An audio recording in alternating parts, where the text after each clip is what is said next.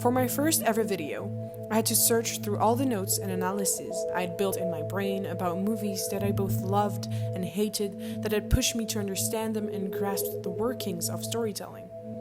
There was one movie, however, that I particularly wanted to talk about. With a sense of necessity when so far away from my friends and loved ones in quarantine, I also wanted them to hear about it. I'm Leah, and today we take a look at Sofia Coppola's Lost in Translation.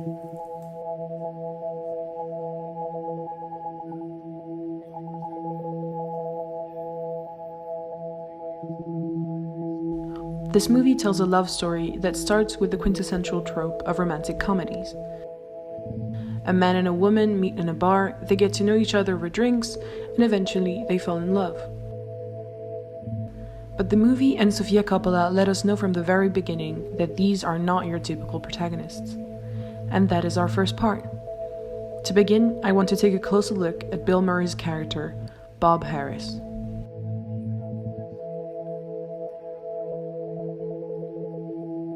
The background of the protagonists is very important to the story, because it places a character in a certain state of mind and very precise time in their lives where they find themselves in Tokyo. So, the character that is presented to us is a married man in his 50s. He has children, as we discover later on, and he's a famous actor gone to Tokyo to promote a whiskey brand. Other than being constantly surrounded by people who know his name, asking him questions, writing down on their notepads, we don't see a big Hollywood movie star. There's this normality to Bill Murray that allows for this character to be completely normal, although he's displayed on billboards in Tokyo and everyone seems to know his name. However, he's not the only one standing out like a sore thumb in the middle of Japan. A stranger appears in a crammed elevator with blonde hair. They share a look. Charlotte is a 22-year-old philosophy graduate from Yale who followed her husband of 2 years to Tokyo, who's in town for a photo shoot. Freshly married, young and intelligent, but with no concrete reason to be on the other side of the planet. The youth and purity that exudes from this character is not anodyne. The opening shot of youthful pink underwear, the fresh face of 17-year-old Scarlett Johansson, and soft pinkish blonde hair make her look all the more out of place. Lost in a soulless hotel where we meet her. The main difference between Bob and Charlotte is that we saw Bob arriving in this foreign city, waking up from probably a long flight, so we know that he's just arriving, entering this place. Charlotte, on the other end, looks like she has been living in the tall four walls of the hotel for a while now. A sort of golden prison where she spends her time losing time, overlooking the city from the glass windows. To the viewer, the realization that these two people are going to be the main focus of what is said to be a love story can be unsettling. What is a married man away from his family going to do with a 20-year-old? How would an interest grow between two people who seem to be complete opposites? That is precisely where Coppola tells her story. In that gray area of misunderstanding, of impossibility left to the rules of chance in the microcosm that she builds, allowed by the one thing that links our two characters. In this foreign city where we lay our scene, yes, I'm very proud of that one, the characters find themselves in a Coppola-built world. It is so distant from everything they know, from the language they speak and understand, and from the culture they're from, that the connection that forms between them is a sort of safe space of understanding. Tokyo, Japan is not chosen randomly. It is so distant from Western culture that even the skyscrapers with which Americans are so accustomed to look alien. It's about these two people lost in their lives, and it's exaggerated by being in Japan where it's already confusing and there are no names on the streets, and finding a brief connection. If you were to count the dialogue shared between two protagonists of a love story set in a place where they don't speak the language, you would find, as I did, that Bob and Charlotte only share about 11 minutes and 30 seconds of dialogue in a 1 hour and 44 minutes movie. That is why I find language in this film so interesting. There are deeply meaningful conversations about life where they both get to express their thoughts and worries, and in these moments we see that there is no awkwardness between them. Not even a blink of an eye. Everything is clear and almost normal to the other.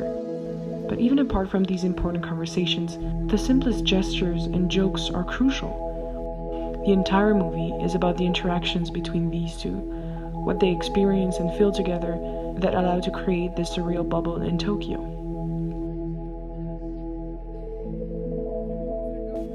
If we were to look deeper in the philosophical analysis of the movie, we see that the notion of existentialism is very present. This idea that people are completely alone and left to their own choices with no predetermined version of themselves leaves space for a weighing freedom that can be seen in our two protagonists.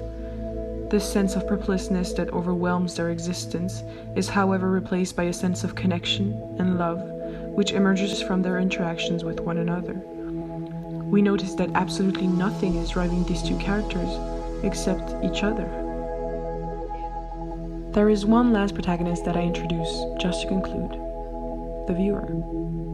Anyone watching a movie forms an opinion about it. But here, it's a moral judgment that is pushed.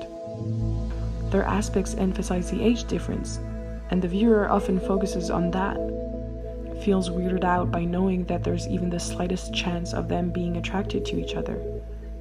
The viewer is also constantly reminded of the characters' lives outside of this bubble. Charlotte looks through photos of her and her husband after having spent the night out with another man. Bob has recurring phone calls with his wife about mundane things in life, but that is clearly the goal. Coppola does not want you to forget. She sticks little pins in this bubble that bring you back to reality, all the while capturing you in this powerful and beautiful connection between her protagonists that we cannot avoid.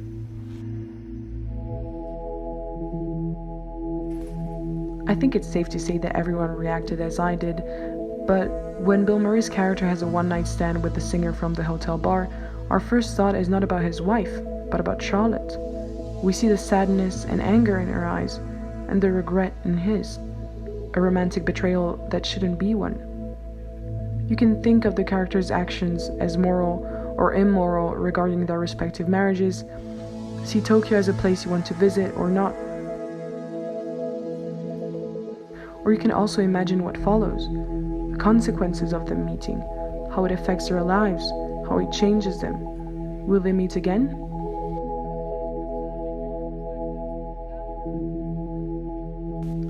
However, even with language being such an important part of the movie, this is a movie about what is left unsaid, about silence. It is a fleeting moment, and it has to be just that. There may be some more things to be said, but their story ends with just a few words. A goodbye. The movie ends with the famous whisper scene. The audience does not know what they're telling each other. We raise our volume thinking that it's an important part of the movie, but no. It's a secret that is only shared between these two characters. The isolation becomes complete. The movie has freed itself from the people it's supposed to tell the story to, and everything is left to interpretation. The perspectives from the different parties involved are disjointed, and, as the title suggests, some things get lost in translation.